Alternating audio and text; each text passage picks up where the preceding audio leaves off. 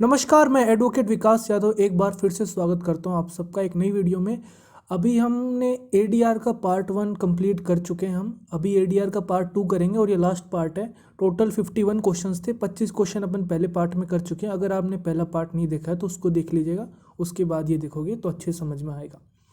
पहला क्वेश्चन है, the language which is to be used in the arbitral proceeding is decided by. तो भाई कौन सी लैंग्वेज हमें आर्बिट्रल प्रोसीडिंग में यूज़ करनी है, कौन डिसाइड करता है? भाई सिंपल सी बात है, ये तो पार्टीज ही डिसाइड करेंगे ना। ये तो कोई, अगर किसी को पता भी नहीं था आंसर तो कॉमन सेंस से आप कर सकते हो, लेकिन बेयर एक्ट में लिखा हुआ है ये सेक्शन 22 अगर आप खोलोगे आर्बिट्रेशन एंड कॉन्सिलिएशन एक्ट 1996 का, तो उसमें साफ साफ लिखा हुआ है, स्क्रीन पे आप देख सकते हो।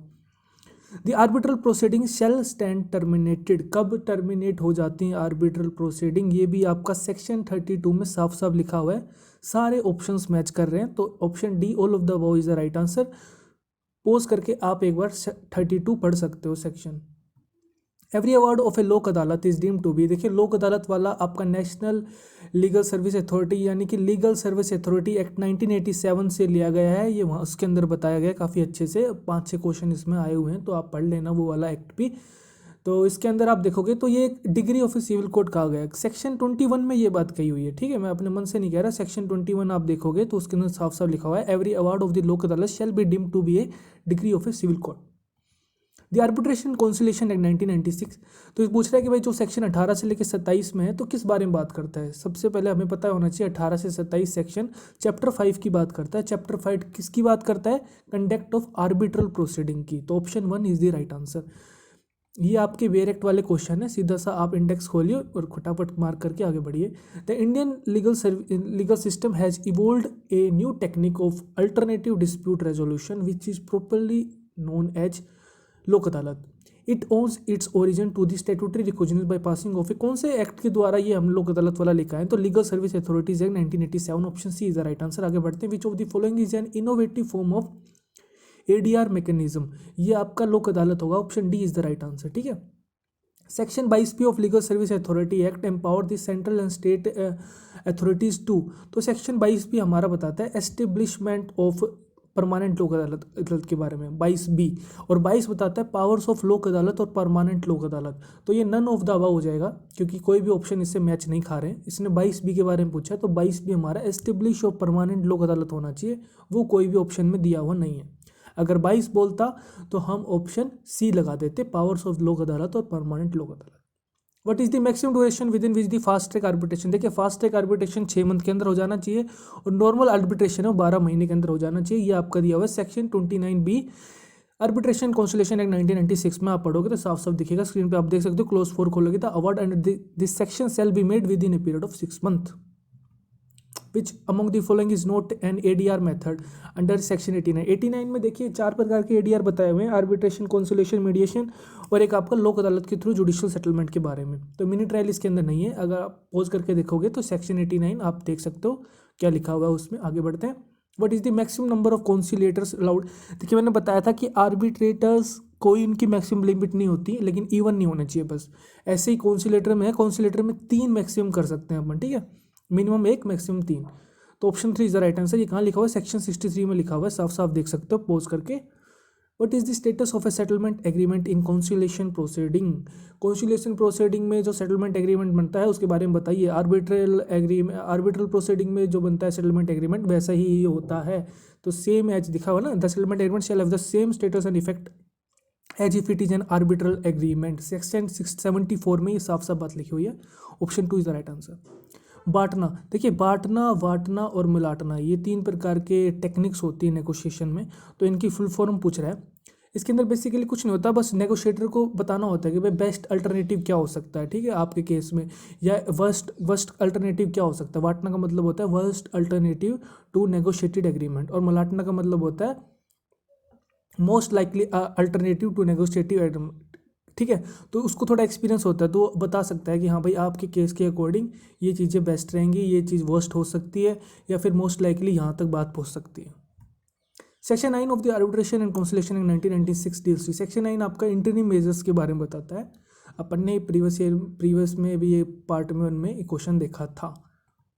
इन which of the following cases the supreme court ने क्या कहा है कि international commercial arbitration is one which has its juridical और legal seat of arbitration outside India, कौन से केस में कहा गया है? तो भाई ये आपका फैक्चुअल क्वेश्चन है, पता है तो ठीक है, वरना आगे बढ़ जाइए। भारत एल्यूमिनियम वाले केस में कहा गया है, option B is the right answer.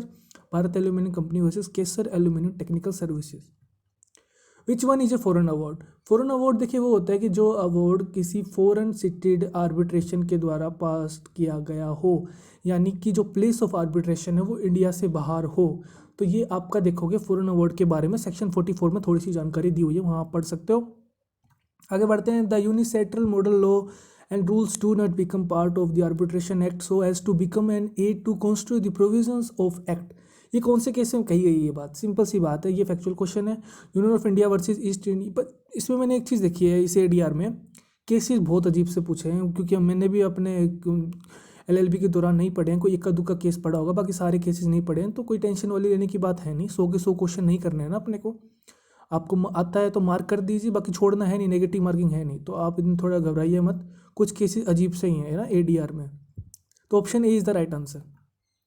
According to section 7 clause 4 of the arbitration conciliation act and arbitration agreement, section 7 हमें बताता है आर्बिट्रेशन एग्रीमेंट के बारे में। तो क्लोज 4 में बता रखा है कि कौन सा आर्बिट्रेशन एग्रीमेंट राइटिंग के अंदर क्या क्या बताया है। इफ़ इट इज़ कंटेन वही माना जाएगा जिसके अंदर document signed by the parties हो, एक्सचेंज हो, जो भी भाई बातचीत हुई है, जो भी रिकॉर्ड है वो भी एक्सचेंज मतलब हम करें, या फिर उसके अंदर जो स्टेटमेंट्स हैं, क्लेम है, डिफेंसेस है, वो भी एक पार्टी कह रही है कि हाँ, एक पार्टी उसको डिनाई करने से मना कर रही है।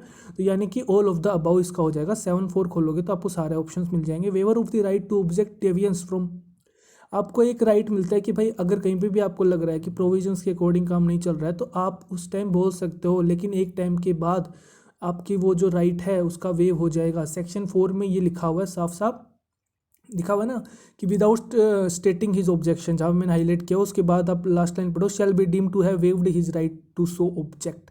अगर उसने ऑब्जेक्ट नहीं किया है तो बाद में उसका राइट वो वेव हो जाएगा। द आर्बिट्रेशन एक्ट 1996, देखिए इसने 3 एक्ट्स को रिपील किया। 1914 arbitration and 1914, arbitration protocol and convention and 1937, foreign awards recognition and enforcement act 1961 को भी इसने रिप्लेस किया है। तो ये आपका all of the about, D option is the right answer. Reference to the arbitration is provided in which section of the, आप देखोगे सेक्शन 8 में साफ साफ लिखा हुआ बेयर एक्ट वाला क्वेश्चन है, आप सारे सेक्शन मैच कर लीजिए, आगे बढ़ जाइए। The section of the arbitration and conciliation act dealing with the time of commencement of arbitral proceeding, commencement के बारे में पूछा है तो सेक्शन 21 हो जाएगा। बेयर एक्ट का क्वेश्चन है, मैच करते जाइए, आगे बढ़ जाइए, स्क्रीन पे आप देख सकते हो। And arbitration proceeding is a, ये सबको पता है, कल भी बताया था मैंने कि arbitration proceeding quasi judicial proceeding होती है, लेकिन कॉन्सिलिएशन नॉन जुडिशियल प्रोसीडिंग होती है। इसके जो भी एविडेंस होते हैं वो और किसी प्रोसीडिंग में एडमिसिबल होते हैं, लेकिन कॉन्सिलिएशन के नहीं होते हैं। ये बेसिक, बहुत ही बेसिक डिफरेंस है। What is the ad hoc arbitration? Ad hoc arbitration होता है कि जहाँ पे पार्टीज खुद ही सारे अरेंजमेंट्स करती है, ठीक है। एडमिनिस्ट्रेटिव का काम भी खुद ही देखती है, ठीक है। प्लेस ऑफ सिटिंग, लैंग्वेज वैंग्वेज सब वो खुद ही देखती है कि भाई कौन सा लॉ हम करेंगे। लेक्स आर्बिट्रेरी हमने पढ़ा था, तो ये सब कुछ पार्टीज खुद देखती है, तो इसे हम कहते हैं एड होक आर्बिट्रेशन, ठीक है। तो option D is the right answer. All of the 3 options are correct. Which of the following section deals with the arbitration agreement? Section 7 अभी किया था अपन ने, बताता है आर्बिट्रेशन एग्रीमेंट के बारे में। Under which circumstances the arbitral proceeding can be terminated, ये भी अपन ने देखा था, सेक्शन 32 में लिखा हुआ है, तो ऑप्शन सेकंड नहीं होगा। इंटरिम अवार्ड, ये आपका फर्स्ट एंड 3 हो जाएगा, तो A option is the right answer. Section 32 में साफ साफ लिखा हुआ है। 2-3 क्वेश्चन आ चुके हैं इसके, एक बार अच्छे से पढ़ लेना। Under section 29 of the arbitration conciliation act 1996, arbitral proceedings with more than 1 arbitrator, अगर जहाँ पे एक से ज़्यादा आर्बिट्रेटर है और डिसीजन की बारी आती है तो क्या माना जाएगा कि मेजॉरिटी ऑफ जो भी है आर्बिट्रेटर उनका डिसीजन माना जाएगा। ये लिखा हुआ है सेक्शन 29 में, हाईलाइट मैंने किया हुआ है। More than 1 arbitrator, any decision of the arbitral tribunal shall be made by majority of its members. Option D is the right answer. इसी के साथ ही आपके एडीआर के सारे क्वेश्चंस कंप्लीट हो गए प्रीवियस ईयर। अब अपन इसके बाद करेंगे फैमिली लॉ। फैमिली लॉ के लगभग 80 से 85 के बीच के क्वेश्चन है, वो भी अपन 2 दिन में कवर कर देंगे, ठीक है। खुश रहिए, मुस्कुराते रहिए, देश का ख्याल रखिए। वीडियो अच्छा लगे वीडियो को लाइक करिए। जय हिंद।